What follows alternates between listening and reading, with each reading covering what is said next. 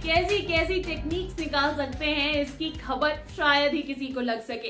जितना अच्छे से स्कैम तैयार होता है उतने ही ज्यादा लोग इस चंगुल में फंसते हैं। बहुत समय पहले तो लॉटरी को लेकर स्कैम होते थे या फिर कुछ और स्कीम्स को लेकर, मगर सबका एक ही एम रहता था और वो एम होता था पैसे ज्यादा से ज्यादा कमाना। कभी इन स्कीम से पैसे डबल होते थे तो कभी 10 गुना। इस स्कीम में जितना पैसा वापस मिलना होता था उससे कई ज्यादा लोगों के दिमाग में उस पैसे को खर्च करने के आइडियाज आ जाते थे। बड़ा घर, बड़ी गाड़ी, सोना, वर्ल्ड टूर और ना जाने क्या क्या ख्वाब बुन लेते थे लोग। मगर क्या ये पैसे यूं ही मिल जाया करते थे? नहीं दोस्तों, इन स्कैम्स में पैसे मिलने से पहले ये स्कैमस्टर्स कुछ टोकन अमाउंट के नाम पर या फिर ट्रांजैक्शन फीस के नाम पर बहुत सा पैसा लूट कर गायब हो जाने के लिए फेमस थे। मगर आजकल डिजिटल जमाना है, सब टेक्नोलॉजी से ही तो होता है भैया। तो बस ऐसा ही एक बिल गेट्स मनी स्कैम हुआ था कुछ समय पहले। माइक्रोसॉफ्ट के मालिक और एक जमाने के रिचेस्ट मैन बिल गेट्स के नाम पर चला था ये स्कैम। बिल गेट्स एक फाउंडेशन चलाते हैं, आप लोगों ने भी सुना होगा, जो अपनी एक्स वाइफ के साथ चलाते हैं, जिसका नाम है bill and Melinda Gates foundation. ये उनका चैरिटी प्रोग्राम है जिसमें वो बहुत से जरूरतमंदों लोगों की मदद करते दिखते हैं। इस चैरिटी में वो हर साल काफी पैसे डालते हैं और ये ऑर्गेनाइजेशन काफी पैसे रेज करती है पब्लिक से भी।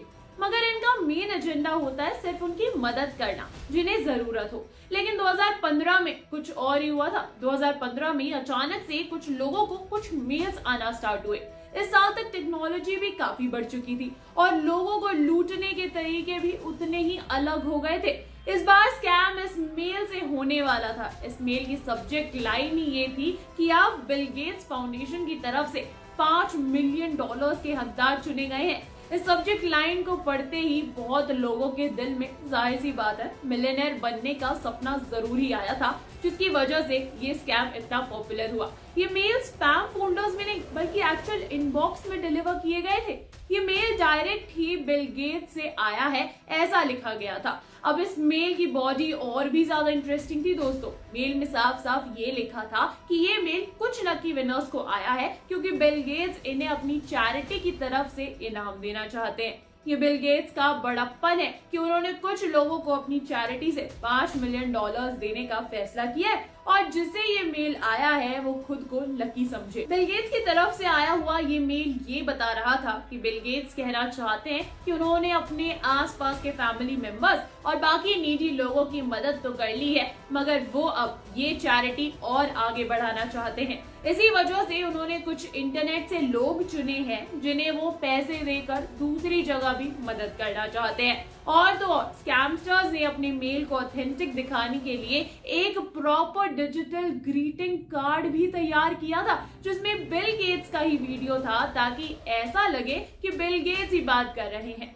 मेल में इस डिजिटल कार्ड का लिंक भी दिया गया था।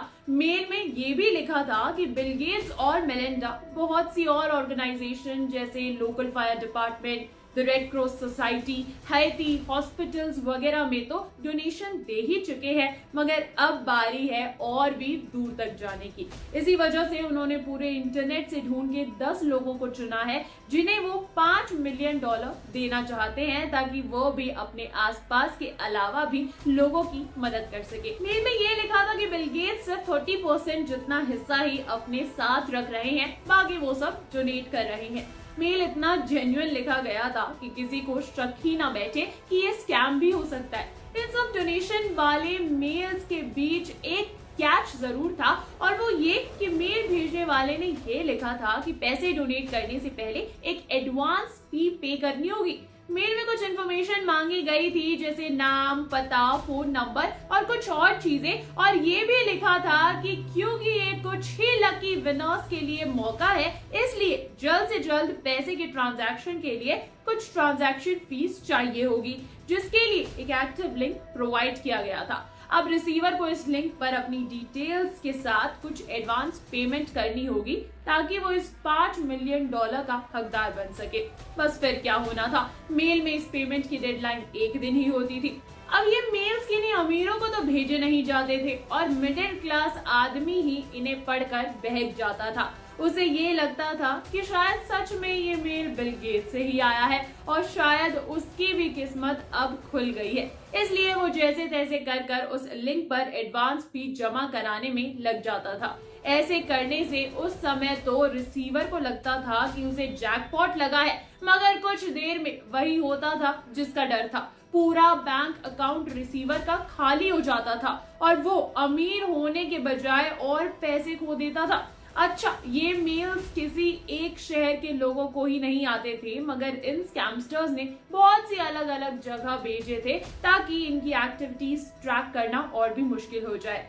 ज्यादातर ये उन्हीं लोगों को मेल भेजते थे जो कि इंटरनेट पर कुछ अजीब सवाल ढूंढते थे, जैसे कि how to become rich in 10 days, how to earn money fast, how to win a lottery. ऐसे लोग काफी फेसबुक ग्रुप्स भी ज्वाइन कर चुके होते थे, इसलिए उन्हें ढूंढना काफी आसान हो गया था इन स्कैमस्टर्स के लिए। स्कैमस्टर्स जानते थे कि ये लोग पैसे कमाने की जल्दी में है, इसलिए मेल पढ़कर इनका रिएक्शन आना पॉसिबल हो सकता है, इसलिए इन्हें टारगेट किया जाता था। और तो और बिल गेट्स का चैरिटी फाउंडेशन था भी बहुत दूर, इसलिए कोई पर्सनली वेरीफाई भी नहीं कर सकता था कि ये असली है या नकली। बस इसी बात का फायदा ये स्कैमस्टर्स उठाने लगे।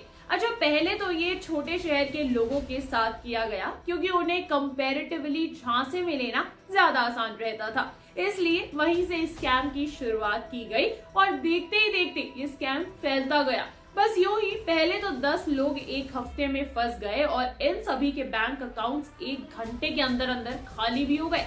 बेचारे लोगों को समझ ही नहीं आ रहा था कि जाएं किसके पास, क्योंकि कोई चेहरा कोई पता तो था ही नहीं, था तो सिर्फ एक मेल। इसलिए सभी को अजीब लग रहा था ये नए टाइप का स्कैम। धीरे धीरे ये स्कैम पेपर में आने लगा और फिर गूगल ने ऐसे मेल्स को फिशिंग के तौर पर डायरेक्ट स्पैम में रीडायरेक्ट करना शुरू कर दिया। एक बहुत बड़ा नोटिफिकेशन भी जारी किया गया जिसमें बताया गया कि अगर बिल गेट्स या किसी को भी कुछ ऐसा डोनेट करना होता तो वो ईमेल के थ्रू क्यों ही करेंगे, उसकी अनाउंसमेंट की जाएगी वर्ल्ड वाइड प्रॉपर, और तो और जो $5 मिलियन दे सकता है वो क्यों ही किसी से ट्रांजैक्शन फी की डिमांड रखेगा। इस बात पर लोगों को पॉइंट लगा और उन्होंने तय किया कि ऐसे किसी भी लिंक पर अब वो क्लिक नहीं करेंगे और इस लॉटरी की लालच की पट्टी भी उतारनी ही पड़ेगी। तो बस ऐसे ही पैसे की लालच में फंसते हुए दिख सकते हैं बाबूराव इस बार हेरा फेरी 3 में। अब हमारे उल्टी बाबूराव को क्या पता इंटरनेट और उनके स्कैम्स,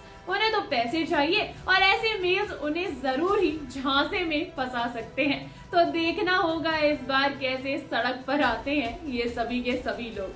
दोस्तों, कैसी लगी आपको हमारी ये कहानी, हमें कमेंट कर जरूर बताएं। अगर वीडियो पसंद आई हो तो इसे लाइक कर दीजिए, शेयर भी कर दीजिए और हाँ, सब्सक्राइब करना ना भूलें हमारे चैनल बॉलीवुड स्टूडियोज को। मैं अंजलि लेती हूँ आप सभी से इजाजत। मिलूंगी आप वीडियो में। नमस्कार।